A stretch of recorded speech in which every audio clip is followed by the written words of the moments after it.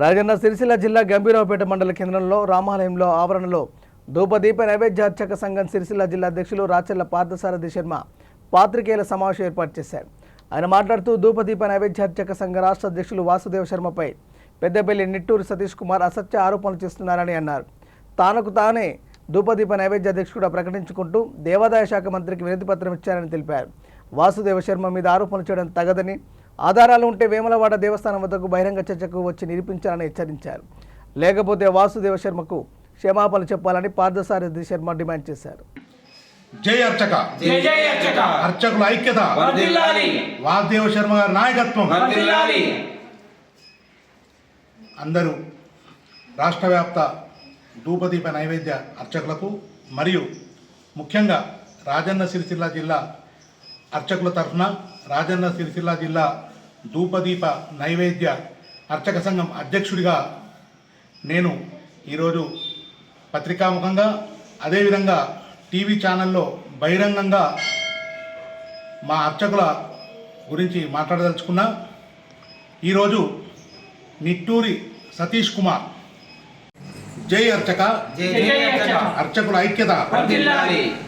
ఈరోజు నిట్టూరి సతీష్ కుమార్ కాదు, నిట్టూరు ప్లస్ సతీష్ కుమార్ ఉన్నట్టున్నాడు. ఎందుకంటే స్వయం ప్రకటిత మేధావి.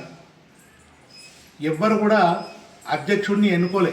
33 జిల్లాల అధ్యక్షులు అందరూ కూడా ఏకగ్రీవంగా వాసుదేవ శర్మ గారి నాయకత్వంలో బ్రహ్మాండంగా మా ధూపదీప నైవేద్య అర్చక సంఘం నడుస్తుంది. కానీ ఇతను స్వయం ప్రకటిత మేధావి. ఎందుకంటే తనది తానే నేనే ధూపదీప నైవేద్య అధ్యక్షుడిని అని చెప్పి భ్రమలో పగటి కలలు అంటున్నాడు. అదేవిధంగా అందరూ కూడా చూడాలనే ఉత్సాహం బాగున్నట్టున్నది. అందుకనే మొన్న కొండా సురేఖ వారి వద్దకు వెళ్ళి ఈ మహానుభావుడు ఒక అర్జీ పెట్టుకున్నాడు. ఒక వినతి పత్రం ఏమని ఇచ్చిండంటే, ఒక అధ్యక్షుడు యాగాలు యజ్ఞాలు నిర్వహిస్తూ వసూళ్లకు పాల్పడుతున్నాడు అని చెప్పి ఒక నిరాధారమైనటువంటి ఆరోపణ చేయడం జరిగింది. నువ్వు మొదలు అధ్యక్షునివే కాదు, మళ్ళీ ఒక నిరాధారమైన ఆరోపణ చేస్తున్నావు. మరి ఆ ఆరోపణ నిజమే అని నువ్వు నీ దగ్గర రుజువు ఉంటే, అదేవిధంగా గుర్తింపు కార్డులు కూడా వసూలు చేసిండు అని అంటున్నావు. గుర్తింపు కార్డుల విషయంలో కానీ లేకపోతే ఈ వసూలు విషయంలో కానీ నీ దగ్గర ఏమైనా ఆధారాలు ఉంటే దక్షిణాది కాశీగా పిలువబడేటువంటి వేములవాడ దేవస్థానం వద్దకు వచ్చి నీ ఆధారాలు ఏదైతే చూపించు. అప్పుడు నేను రాజన్న సిరిసిల్ల జిల్లా అధ్యక్షునిగా నేను హెచ్చరిస్తున్నా. నిరాధారమైన ఆరోపణలు చేసి మా వాసుదేవ శర్మ లాంటి కల్మషం లేని మనిషి మీద నువ్వు బురద చల్లే ప్రయత్నం చేస్తే 33 జిల్లాల నుంచి వచ్చిన అర్చకులందరూ కూడా మీ ఇంటి మీదకి వస్తాం, మీ ఇంటి ముందట ధర్నాకు దిగుతాం. నువ్వు ఆధారాలు చూపిస్తావా, లేకుంటే ముక్కు నేలకు రాసి క్షమాపణ చెప్తావా?